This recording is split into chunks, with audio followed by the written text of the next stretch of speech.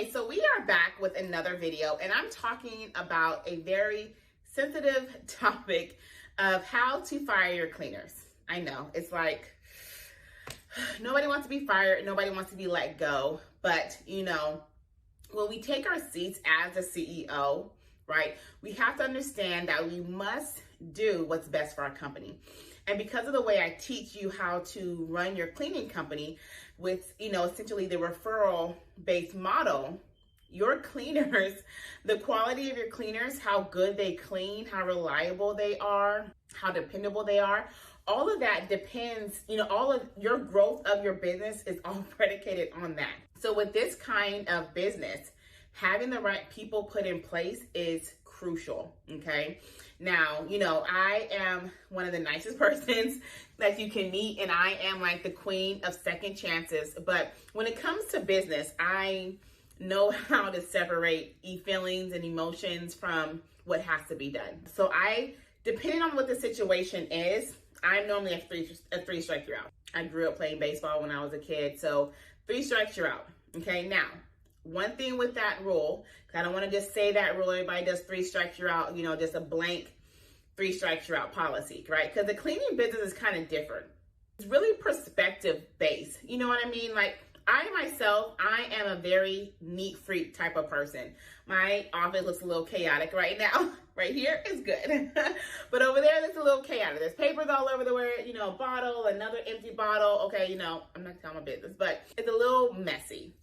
So if somebody comes in here and cleans my office and just like sleepy snack stuff and put this away, but I come in and I see like my baseboard to not be done all the way, or I can notice like a cobweb in the corner, I may have something to say. Now, I'm not going to be like that kind of person, but I may, redirect them to the areas that they have missed when I do like my final walkthrough. There's some clients though that when they do a cleaning job, and it may be done the exact same way. Let's say somebody comes in and oh my God, I've never seen this office so clean. Like this is like the cleanest it's ever been, right? Because cleaning is perspective based. It's all based upon the person that you're doing the job for, the level of cleanliness that they prefer or respect to receive on a paid service, right? We have to understand that the price points are not affordable, but I guess affordable, but beyond affordable for them, right? So we have to understand that our clients are spending their hard-earned money because technically they could spend their money with any other cleaning company, and we want to make sure that they come back to us,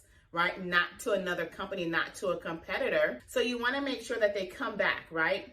So you have to make sure that you hire great cleaners. So with that perspective base, okay, normally what I do is I will listen to my cleaner, okay? If they get a bad review or we get a call in from the client, they're like, oh my God, this person was horrible, they missed it, right?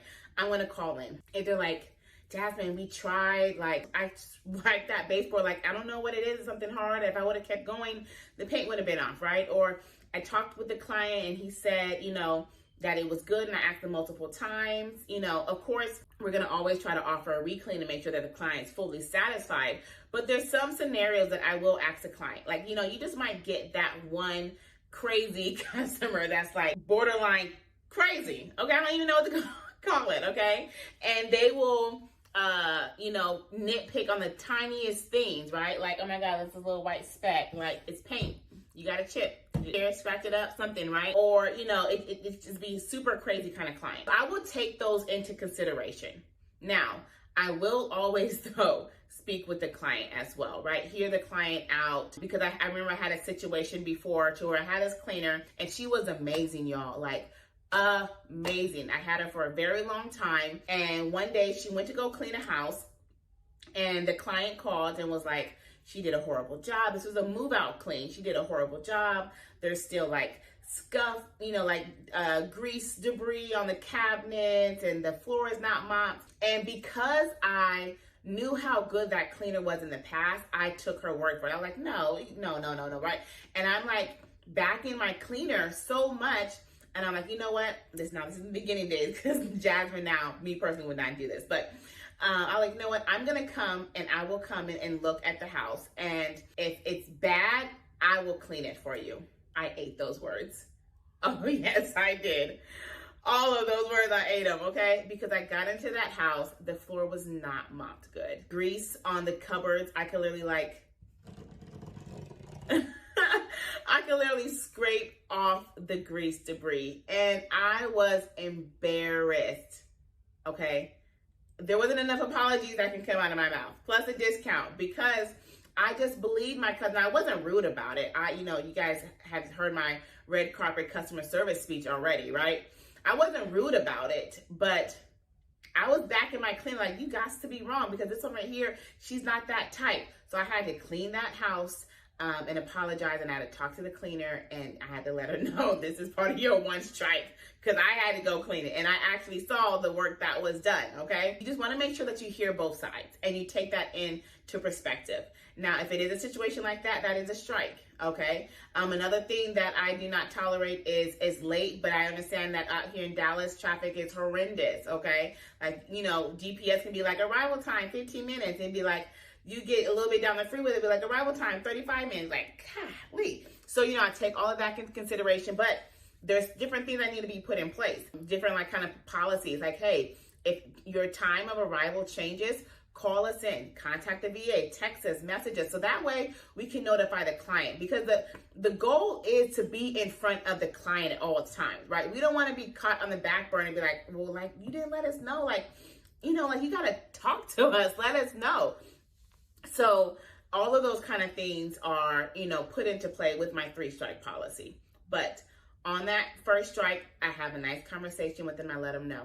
On that second strike, now, of course, this would depend on how many cleaners you have. But on my second strike, I let them know that their priority level of receiving jobs will lower on this second one. And then the more you can make sure to get in good reviews, then we will increase the amount of jobs that we give to you. If you have Booking Koala, you can even put priority levels on your contractors, which is awesome. And then 3 strikes, you're out. After that third one, you're out, because my business is dependent on the level of awesome cleaners that I have. And my business cannot afford to have cleaners that could not represent the company in a way that can produce growth, okay? And one of my biggest thing, though, that I do not tolerate is a no-call, no-show, or no-show, no-call, whatever, okay? If they don't show, they are let go. Now, let me wheel that back in, because like I said, I am very nice and generous and graceful, okay? But I always make sure to communicate with my client, with my contractors, even though they're contractors. I understand that fine line of having independent contractors. I still make sure to communicate with them and let them know my expectations, because if they don't know what I expect of them, then I can't require much of them. And then they'd be like, well, Miss Jasmine, like, you didn't let me know this. I mean, even though it should, but like the saying goes, common sense is not common for everybody, okay? So, I try to communicate this so much, like, hey, you guys, I understand, emergencies. I have 3 kids and a husband. Emergencies is my middle name, okay? Like, I get last minute situations, or the kid is sick, you run out of gas, had a flat tire, the husband needs his car, da-da-da-da-da-da-da. I understand it, all of it. But we need to be notified, right? Like, don't be fearful something's going to happen, you're going to get let go. Now, I get it, an emergency happened, your kid ends up in the hospital, or some kind of crazy. The last thing on your mind is worried about if Miss Jasmine knows that you're not going to be in that work. And I get that. But I just ask that you respect my time, and I will respect yours. I don't even need the full rundown. My kid, he jumped off the truck last night, and he went rolling down the hill, and he ran into a porcupine, and then he flipped over the bridge. I don't need to know that. Just be like, Jazz, I can't make it, emergency. Boom. That way I can know, and I can make sure to put the right pieces in place, try to contact backup cleaners, get backup time if that time cannot be placed, and contact, I can do all the shuffle things, all the things of all the things. But if I don't know, then I'm stuck. And now the client's mad, and we're frustrated. We're trying to we are reacting to the situation versus having to be proactive, right? The goal is to be proactive and not reactive. So that is my policy, okay? So if an emergency happens, I will understand, and I will have a little grace if it was an emergency. Like, I mean, emergency, no call, no show. But if it was just a blunt no call, no show, I'm calling, I'm texting, I'm calling, I'm texting, I'm calling, I'm texting, like, hey, where you at, where you at? And just no response, you are let go. And I had a one time let go of a really good cleaner due to that. And I hated it so bad, and I felt so bad. But she had been with me for a long time. This is another cleaner, y'all. She had been with me for a long time. And I guess by a long time is like a year or so. You know, maybe she was been with a year and a half, okay? And she was a no call, no show. Like, she had no reason, no excuse.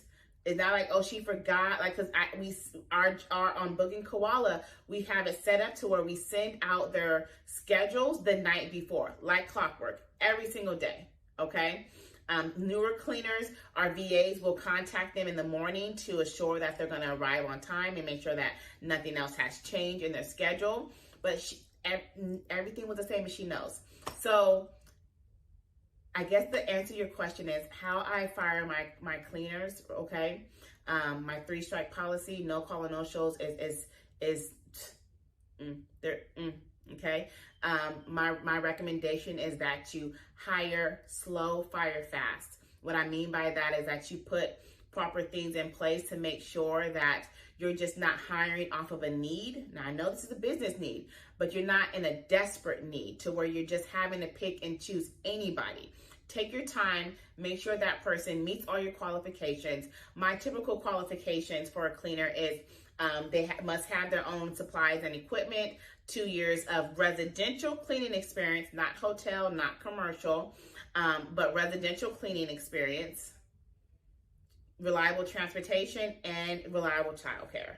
Because I understand, but like, I have to make sure that my business is put in place, because just as much as they depend on the income to survive for their family, my family also depends on that same level of income for the survival of our household. So I have to take all of that into consideration, and you being in a CEO seat is different because you not only guard the financial stability of others, but also of your own household and the growth of your company. So of course, this is not something that you would do over the phone. I mean, not, like by text or by message, but you want to give them a call, give them the courtesy and respect of giving them a call. Now, if they're no call, no show, and they don't answer, then yes, you just let them know by text, email, or whatever situation that you have, and just let them know that due to X, Y, and Z, your contract to work with us is no longer valid. I appreciate the time that you helped our company grow, and best wishes to you and your family and everything that you continue to do. There's really no nice way to say it. It's really not. But I hope this kind of helps you guys. And I will see you guys later. My next video, I'm actually going to talk about what happens if your cleaner tries to take one of your clients. So go ahead and subscribe, like, share, and do all the things. You definitely don't want to miss this next video, because this is probably like my #1 asked question, like all the time. So I'll see you guys on the next video, and have a good day. Bye, y'all.